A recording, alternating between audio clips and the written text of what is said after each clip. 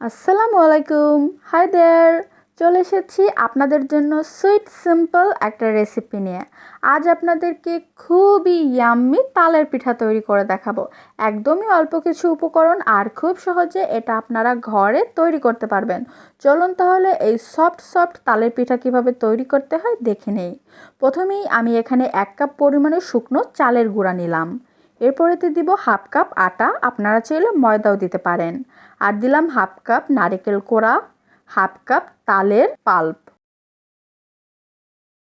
এবারেতে দিব 1/3 কাপ চিনি। আমি এখানে হাফ কাপ চিনি নিয়েছিলাম, তবে পুরো চিনিটা আমার লাগে নাই।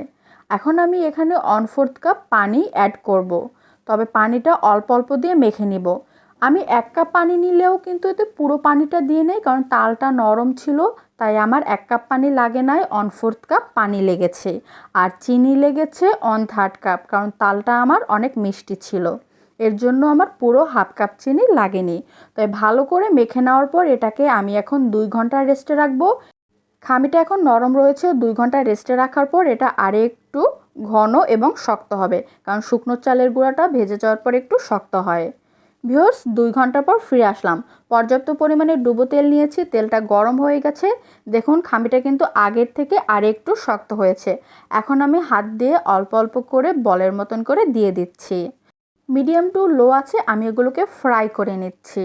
আর মাঝে মধ্যে এগুলোকে উল্টে পাল্টে দিবেন, যাতে 2 সাইডটা সমানভাবে ভালো করে কুক হয় আর সুন্দর একটা কালার আসে। প্রতি ব্যাচ বড়া ভাজার আগে অবশ্যই হাতটা একটু ক্লিন করে নেবেন, তাহলে বড়ার শেপগুলো সুন্দর আসবে। আর প্রতি ব্যাচ বড়া ভাজতে আমার টাইম লেগেছে 4 থেকে 5 মিনিটের মতন। ছোট ছোট বড়া, তাই ভাজতে বেশি একটা টাইম লাগে না। এখন আমি এগুলোকে তেল থেকে তুলে নিচ্ছি, সুন্দর একটা গোল্ডেন কালার চলে এসেছে। ভিউয়ার্স, দেখুন বড়াটা কিন্তু উপর থেকে ক্রিস্পি হয়েছে আর ভেতর থেকে একদমই সফট হয়েছে। এটা যখন আরও ঠান্ডা হয়ে যাবে এর থেকেও অনেক অনেক সফট হবে।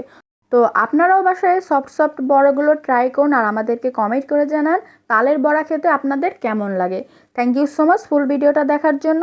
ইনশাল্লাহ নেক্সট ভিডিওতে দেখা হবে। আজকের রেসিপি ভালো লাগলে একটা লাইক দিন, ফ্যামিলি ফ্রেন্ড সবার সাথে শেয়ার করুন। আজ আসি, আল্লাহ হাফেজ।